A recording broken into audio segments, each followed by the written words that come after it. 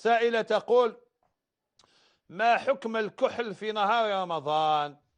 الكحل هذا اللي يديره النساء، إذا درتي في عينك الكحل وصبتي اللذة تاعو في حلقك، صبتي اللذة تاعو، البنة تاعو في حلقك.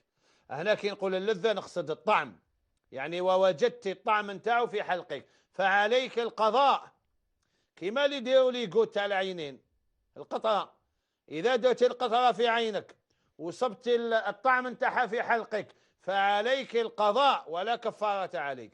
كذلك القطرة تاع الودنين، وإذا وجدت الطعم نتاعو في حلقك فعليك القضاء. كذلك مرأة دير زيت في رأسها، زيت، ولكن تجد طعمها في حلقها لأن الرأس فيه مسمات، فعليها القضاء. هذه مسائل خذوا حذركم يعني.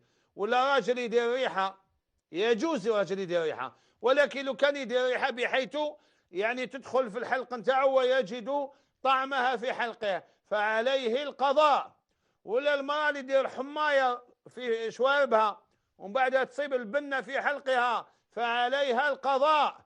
ولا واحد اللي يتمضمض في رمضان أو يتوضأ ولكنه يبالغ في المضمضة، يبالغ يعني يغسل فمه إلى درجة حتى يدخل الماء في حلقه وهو لا يتعمد ذلك، فعليه القضاء، وإن فعلها عمدا فعليه القضاء والكفارة.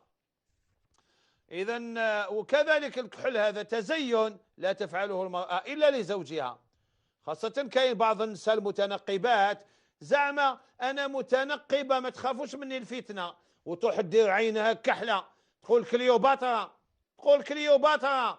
لا لا يا أختي، هذه فتنة، لأن التركيز تاع الناس والأنظار راح تكسر دوك هذاك خدماته، هو فرحان وعنده الشلاغم كيما تاع الموطو، شتو الموطو، شلاغمو تاع الموطو. ومن بعد يقول له، راح واحد قال له يا خويا استرها شوية، سترة مليحة، قال له صافي بليزير، صافي بليزير تشوف الناس يشوفوا لك في مرتك، هذا دليل باللي نعرف نخير، تعرف تخير، تتعلق من كرايك إن شاء الله.